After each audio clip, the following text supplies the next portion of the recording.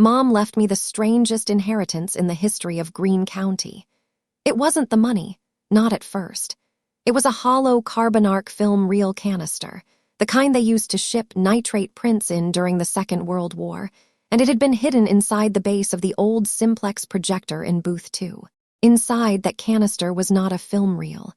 It was my mother's original will, folded into a tight square, along with a note in her handwriting that said exactly this: "Do not trust your sister. She will try to erase you." The projector remembers. And that is how, at 59 years old, after 26 years of wiping foreheads and changing bedpans for other people's dying parents, I ended up voiding a $900,000 real estate sale, sending my sister and her husband to federal prison for probate fraud, and reopening the last single-screen movie theater in our county under the name Flicker of Deceit Cinema, where I now thread 40-year-old projectors by hand in a smock that says, "Spliced my inheritance," and every ticket stub prints my sister's probate fraud docket number across the bottom. Let me take you back to the moment this started, because the mechanics of how a quiet home health aide dismantles a sophisticated fraud scheme are not what anyone expected, least of all my sister. I was working for a family out in Bakersfield when I got the call. 3 decades ago, I had walked away from our hometown to be a caregiver, and I never really stopped. I had deferred college, deferred marriage, deferred a life, to help my father through his lung cancer, then my uncle through his dementia, and then I just kept going because the work was steady and I was good at it. My mother, Evelyn, was the one person who told me to leave. She said, "Go see that the world has more than death in it." So I did, and I sent money home every month for 26 years. That detail matters now because those Western Union receipts and bank transfers formed a paper trail that later helped a forensic accountant map out exactly how much my sister had been skimming from my mother's accounts for over a decade. Mom died on a Tuesday. I drove all night from Bakersfield and arrived at the house on Juniper Street at 6 in the morning, still in my scrubs, still smelling like antiseptic and the lavender lotion my last patient liked. The house was already busy. My sister, Cheryl, was there with her husband, Rick. Cheryl is the kind of woman who arrives at a deathbed with a designer handbag and a checklist. She had been my mother's golden child since the day she was born, and she had spent 57 years perfecting the art of taking credit for things she never did. Rick is a real estate agent with a leased Mercedes and a smile that looks like it was practiced in a mirror. They were not there to mourn.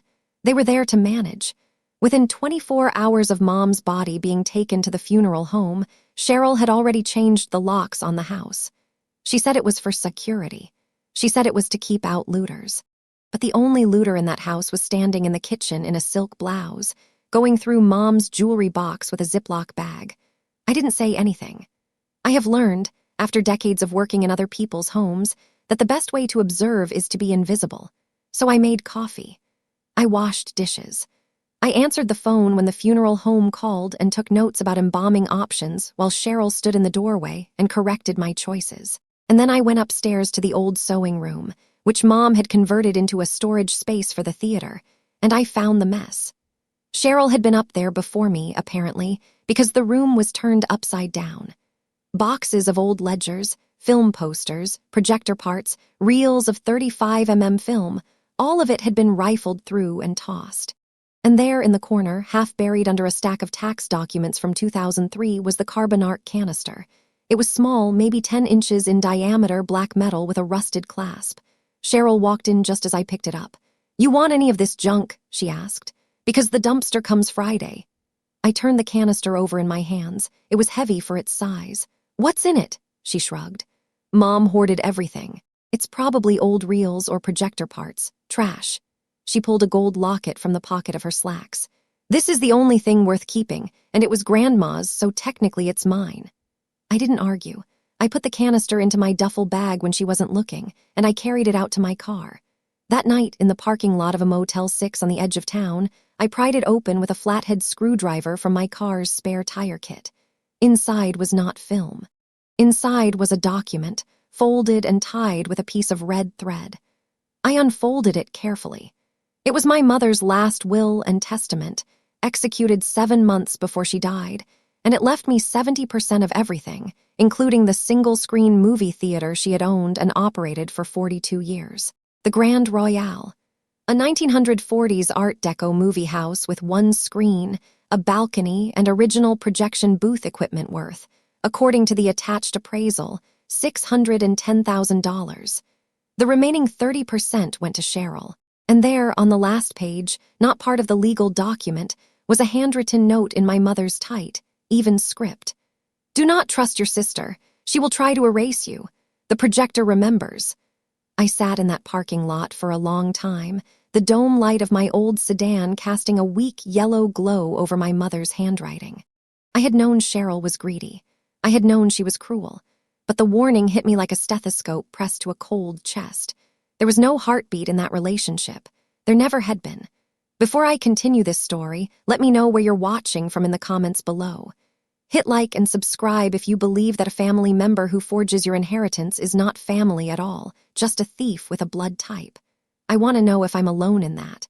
Now, here is where the manipulation began, and I want you to pay close attention to the mechanics, because everything my sister and her husband did after that day followed a pattern that I have since learned is common in estate fraud cases. It is a script, and once you know the script, you see every move coming like a badly telegraphed punch. 2 days after the funeral, Cheryl and Rick sat me down at their dining room table. The table was glass and chrome, cold as a surgical tray. Rick had spread out a folder of documents. He was wearing the same practiced smile he used in his real estate listings, the one that says, "I'm looking out for you while his hand is reaching for your wallet." "We need to talk about Mom's estate," Cheryl said. She was using her hospice voice, the one she learned from watching medical dramas. "I know this is hard, sweetie, but Dad always said you were the caregiver, not the business brain, and Mom's affairs are complicated. The theater has unpaid taxes. There's a balloon payment on the building. Rick and I have been handling things for years, and we just want to take care of you." Rick slid a document across the table. Power of attorney. Full authority to manage all assets, liquidate property, and make financial decisions on my behalf. "Just sign this," he said. "It makes things easier. We'll sell the theater, pay off the debts, and cut you a check for your share. You can go back to Bakersfield and not worry about a thing." I looked at the document. The print was small, and the language was dense.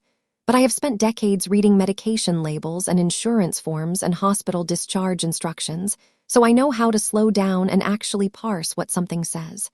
The power of attorney was irrevocable. It gave them the authority to sell any and all real property, including the theater, without my consent. It also gave them authority to open accounts in my name and to settle all claims against the estate as they see fit. I did not sign it, but I did not refuse either. I put on my best foggy, grieving, 59-year-old caregiver face, and I said, "Oh, honey, I just can't think about papers right now. My head is so foggy. You know how I am with numbers." Cheryl actually smiled. She thought she had won. What she didn't know was that I had already been to the county probate office that morning and pulled a copy of the will she had filed. It was not my mother's will. It was a codicil, dated 6 weeks before Mom died, that cut me out almost entirely and left 90% of the estate to Cheryl, in gratitude for her years of devoted care. The codicil was typed, notarized, and bore my mother's signature, and it looked wrong to me. The signature was too neat. My mother's hands had been arthritic for years. She signed her name in a shaky, slanted script that looked like a seismograph during an earthquake. This signature was smooth, fluid, the kind of signature a woman with 35-year-old hands would produce. I said nothing. I let them think I was confused and compliant. And then I accepted their invitation to move into their guest room, because they said it would be so much easier to care for me during the transition. What they meant was, they wanted to watch me. They wanted to control my access to documents, to lawyers, to anyone who might explain to me what my rights were. They thought they were putting the sick old dog in a kennel. They didn't realize they had just let a woman with a concealed carry level of patience and a folding knife of a brain into the room where they kept their files. Let me tell you about the undercover part, because this is where the story becomes a procedural, and I think you'll appreciate the details. I spent the next 6 weeks living in Cheryl and Rick's guest room, which was decorated like a model home and smelled like a Glade plug-in. I was the perfect guest. I cooked. I cleaned. I organized their pantry. I made myself useful in the way that makes people forget you are in the room. And all the while, I observed. The first red flag was the phone calls. Rick would disappear into his home office at odd hours and speak in a low voice, but the walls were thin, and I have excellent hearing for a woman who has spent years listening for the sound of a patient falling. He was talking to someone named Marshall at a bank about a bridge loan and a balloon payment extension and something called a 1031 exchange. He used the phrase, "once the sale clears," more times than I could count, and he sounded desperate in a way that real estate agents with leased Mercedes often are. The second red flag was the spending. Cheryl took me to lunch at a place that charged $22 for a salad. She paid with a credit card that had a metal core, the kind that requires an annual income of at least $500,000. She tipped the valet with a $10 bill and didn't blink. And then she asked me, with a straight face, if I would be willing to defer my inheritance because the estate is really stretched right now and Mom left a lot of debts. Rick was wearing a $14,000 watch. I know watches because my last patient's son collected them. This man was drowning in debt and asking me to throw him a rope while he stood on a dock made of my mother's money. The third red flag was the shredder. It was in the office, a big cross-cut model that sounded like a dying lawnmower every time Rick used it. And he used it every night, around 9 o'clock, after Cheryl had taken her Ambien and gone to bed. I would lie in the guest room and listen to the sound of evidence being destroyed, and I would count the seconds until it stopped. Then came the accident. One afternoon, Cheryl asked me to take a look at the garbage disposal because it was jammed and Rick was useless with that kind of thing. I pulled on a pair of dish gloves and reached under the sink, and I found the problem immediately. A fork had fallen through the drain. Simple fix. But while I was down there, my hand brushed against the back of the cabinet and I felt something. A key, taped to the inside of the cabinet door, hidden behind the cleaning supplies. Rick's office key. I didn't take it, not then, that would have been too obvious. But I remembered where it was, and I remembered the layout of the office, and I remembered that the filing cabinet in the corner had a lock that looked like it could be opened with a paperclip and the right kind of patience. You see, I grew up in this town, and my mother's theater was my babysitter. I spent thousands of hours in the projection booth, watching her thread film through the simplex, splice reels, repair broken sprockets, and pick locks on old equipment crates when the keys had long been lost. I learned from her, and I learned from the projectionists who worked for her, and I learned from the repairmen who came to fix the carbon arc lamps. I learned that a tension wrench and a rake pick can open most household locks in under 90 seconds if you know the feel of the pins. I learned that a broken film splice can be repaired with tape and precision. And I learned, most importantly, that if you want to know what someone is hiding, you look at what they throw away. So I started going through their trash. The outside cans, the recycle bin, and then on the third week of my stay, I hit the motherlode. Rick had emptied the shredder bag into the kitchen trash instead of burning it, and the bag had split open. I found strips of paper, not cross-cut, but long vertical strips from an older shredder, and I sat on the floor of the guest room at midnight with a roll of Scotch tape and a flashlight, and I pieced together a document. It was a purchase agreement, not for the theater, not yet. It was for a commercial property in Palm Springs, a restaurant space, signed by Rick with a co-signer listed as Estate of Evelyn A. Hartley.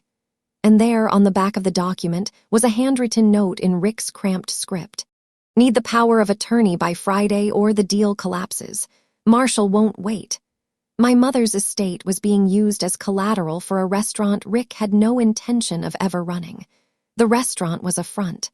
The real play was the theater sale, and the theater sale required my signature, which is why they needed the power of attorney, which is why I was sleeping in their guest room, being fed $22 salads, and being told that I was family and safe.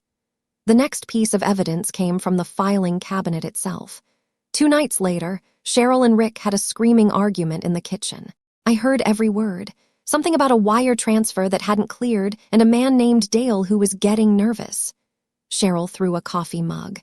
Rick slammed a door, and then they both left, separately in their separate cars, to go to separate bars. I waited until their taillights disappeared around the corner. Then I went to the office. The key was still taped behind the sink cabinet.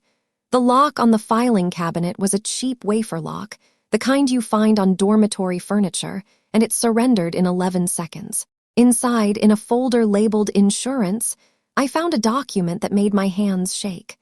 A forged signature. It was a mortgage application, filed with a private lender, in which my mother's name appeared as the borrower. $12,000, secured against the theater's projection equipment. The signature was the same too-smooth version of my mother's name that I had seen on the codicil. And attached to it was a photograph of my mother's driver's license, the one that had expired 3 years before, the one Cheryl had accidentally thrown away during a cleaning visit. I took photos of everything with my phone. Every document, every signature, every account number. And then I put it all back exactly the way I found it, wiped the surfaces with a microfiber cloth, and returned the key to its hiding place. I went back to the guest room and I lay in the dark, staring at the ceiling, and I thought about my mother, about her hands. Those gnarled, trembling hands that could still thread a film projector faster than any man I ever met, and about the note in the canister. The projector remembers. I didn't understand that line until the next day when I went back to the theater alone. Cheryl had given me a key, thinking I just wanted to say goodbye to the old place. The building was dark and dusty, but up in the projection booth, in booth 2, the old simplex still sat on its pedestal, and I remembered the day my mother had bought it. 1968. She had paid $400 for it at an auction, and she had said, "A projector is like a witness.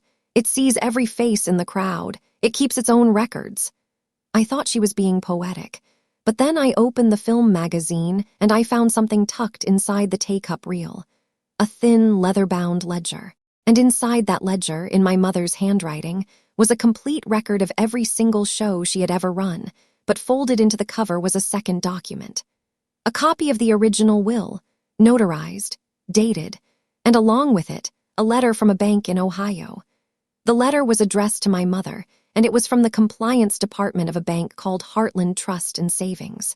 It stated, in formal language, that a safe deposit box in her name had been opened at that bank 17 years earlier, and that its contents were to be released only to her daughter, me, in person, with proper identification and a key that was held separately for security purposes.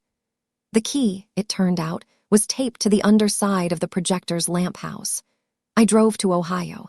That is the part of the story that people find hard to believe, but it is true. I called in sick to Cheryl, told her I needed to visit an old patient in Riverside, and I drove. 22 hours, stopping only for gas and coffee, with my mother's ledger in the passenger seat and her voice in my head. When I arrived at Heartland Trust, the compliance officer met me in a small conference room. Her name was Diane, and she had the serious, patient face of a woman who spends her days untangling the messes that estate fraud leaves behind. She checked my ID. She checked the key. She checked the original will. And then she told me something that made me put my face in my hands and weep. My mother had seen this coming. Not the exact details, maybe, but the shape of it. 17 years ago, she had set up a dead man switch, a legal mechanism that would freeze all of the theater's assets the moment the original will was superseded or challenged. The safe deposit box contained a series of documents, signed and notarized, that transferred the theater's ownership into a trust that could not be dissolved, sold, or encumbered without my physical presence and my notarized consent. It was a trust with teeth. A trust designed by a woman who knew that her daughter would never touch the money, but her other daughter would try to steal it. Diane confirmed that the trust was already active. The codicil Cheryl had filed had triggered it, the way a tripwire triggers an alarm. And then she told me that the bank's fraud investigation unit had been watching Cheryl and Rick for months, because the mortgage application with my mother's forged signature had passed through their system, and the compliance software had flagged the signature as mismatched with the account holder's known handwriting. They knew, and they needed me to help them prove it. I became an undercover asset, not with a badge or a gun, but with a phone and a key and a willingness to sit in a guest room and pretend to be foggy and compliant for a few more weeks. Diane gave me a small device, a USB drive that looked like a plain flash drive, and she told me to plug it into Rick's computer the next time he left it unlocked. The device would install a data extraction tool, a piece of software that would clone his email, his documents, and his financial records. All of it would go to the bank's fraud unit and eventually to the FBI. I did it that same night. Rick left his computer on, his email open, and he went to the bathroom. I had 90 seconds. I plugged in the drive. The little light blinked red, then green, and I pulled it out before he came back. The deed was done. The trap was set. Now, let me tell you about the moment that convinced me I was doing the right thing, because I think it is important to understand exactly what kind of people we are dealing with here. The kind of people who will step over a dying woman to grab a document. The kind of people who have no bottom. It was a Thursday afternoon. I had been living with Cheryl and Rick for about 5 weeks and the pressure was mounting. The sale of the theater to the multiplex chain was scheduled to close in 10 days. The buyers were getting nervous. The bridge loan was coming due, and Cheryl was starting to crack. She was drinking more, fighting with Rick more. She was a cornered animal, and I was the only piece of meat in the room. I decided to test them. Not for myself, because I already knew what they were, but for the record. For the court case that I knew was coming. I staged a medical scare. I waited until Cheryl was home alone, and then I walked into the living room, clutched my chest, made a gurgling sound, and collapsed onto the carpet in front of the television. I want you to picture this. I am on the floor, my face pressed into the beige Berber carpet, my eyes closed, my breathing shallow. I am a 59-year-old woman with a history of hypertension. I look, for all the world, like a woman having a heart attack. Cheryl didn't call 911. She didn't kneel down. She didn't check my pulse. She stood over me for a moment, absolutely still, and then she stepped over my body. Her shoe, a pointed-toe pump, brushed against my ribs as she passed. I heard her footsteps cross the room. I heard the door to the office swing open. And then I heard the sound of paper shuffling. She was looking for the power of attorney. The document I hadn't signed. The one she thought she could press my thumb onto while I was unconscious. She couldn't find it because I had taken a photo of it and then mailed the original to a safe deposit box in my own name at a bank in San Diego. But the fact remains. She stepped over my dying body to look for a document. And in that moment, the last flicker of family loyalty I had ever felt for my sister went out like a bulb in an old marquee sign. Gone. Dark. Done. I lay on the floor for another 2 minutes, listening to her panic, and then I made a show of coughing, groaning, and slowly sitting up. "I think I need some water," I said in a weak voice. She came back into the room with a glass of water and a smile that did not reach her eyes. "You scared me," she said. I took the water. I did not drink it. I was done playing the game. Now let's move to the confrontation, because this is the part where the story tightens like a film reel at the end of a picture. The closing date for the theater sale was a Friday. On the Wednesday before, Cheryl and Rick sat me down again at that glass table and told me we were going to settle the estate at the bank. They said it would be quick. They said I didn't need to bring anything. They said I should wear something comfortable because there would be a few forms to sign. I wore my mother's old cardigan, the one with the moth hole in the left pocket, the one that still smelled, faintly, like her hand lotion and the dust of the projection booth. It was not a fashion choice. It was a reminder. The bank was in downtown Riverside, a marble and brass monument to other people's money. Cheryl and Rick walked me through the lobby like I was a convict on the way to sentencing. We were shown into a private office, a glass-walled room with a long table and 6 chairs. A banker named Mr. Ellison was waiting. He had a folder full of documents and a notary stamp and the same practiced smile that Rick wore. "We just need you to sign this," Rick said.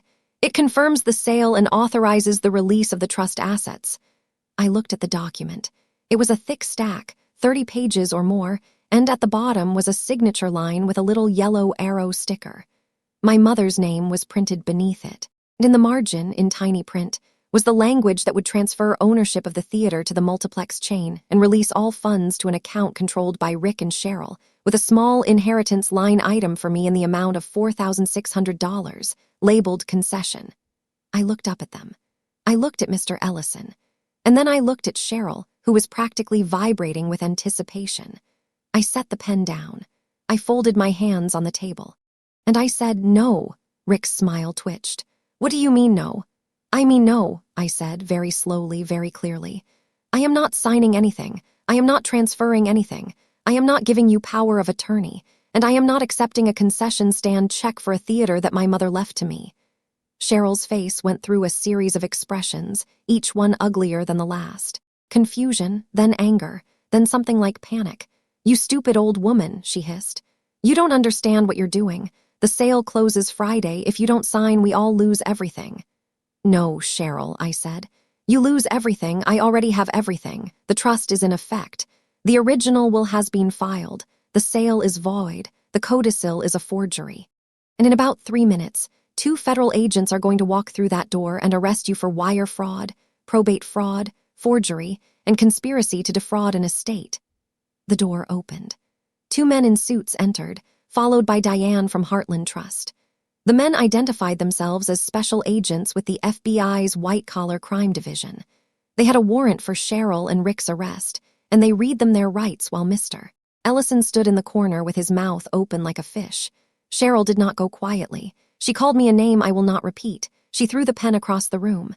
She tried to claim that I was senile, that I didn't know what I was saying, that I had been manipulated by some banker with a grudge. But the agents had the evidence. The USB drive, the forged signature, the mortgage application, the wire transfers, the restaurant front, all of it. Rick, for his part, just sat down and put his head in his hands. He looked like a man who had been running for years and had finally run out of road. The aftermath, as my mother would say, is the part you don't see in the movies. It is not glamorous. It is not loud. It is a series of quiet, methodical wins. The sale to the multiplex chain was voided. The trust took full control of the theater and all its assets. The forged codicil was thrown out of probate court, and the original will was executed exactly as my mother had written it. I received 70% of the estate. The theater, the equipment, the building, the land. Cheryl's 30% was seized by the court and used to pay back the estate for the money she had stolen over the years.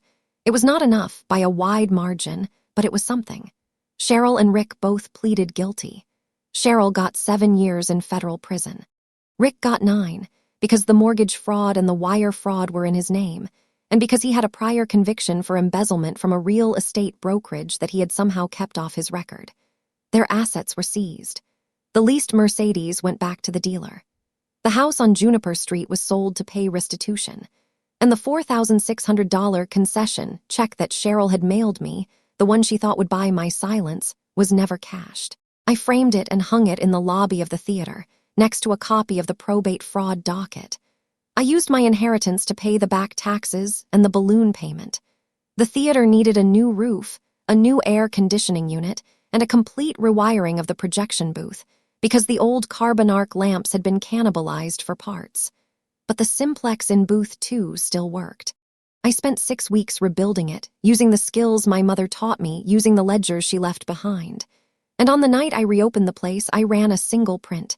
It was a 1973 copy of The Sting, a film about a con artist who gets conned. The house was full. The marquee was lit. And when the projector rolled, I sat in the back row and I cried because I could feel her there. In the flicker, in the dust, in the sound of the film running through the gate. The theater is called Flicker of Deceit Cinema now. I run it alone, with the help of a part-time projectionist named Walter, who is 82 years old and has been threading film since before I was born. I wear the smock my mother used to wear, and I had a new one made. It says, "Spliced my inheritance," because that is what I did.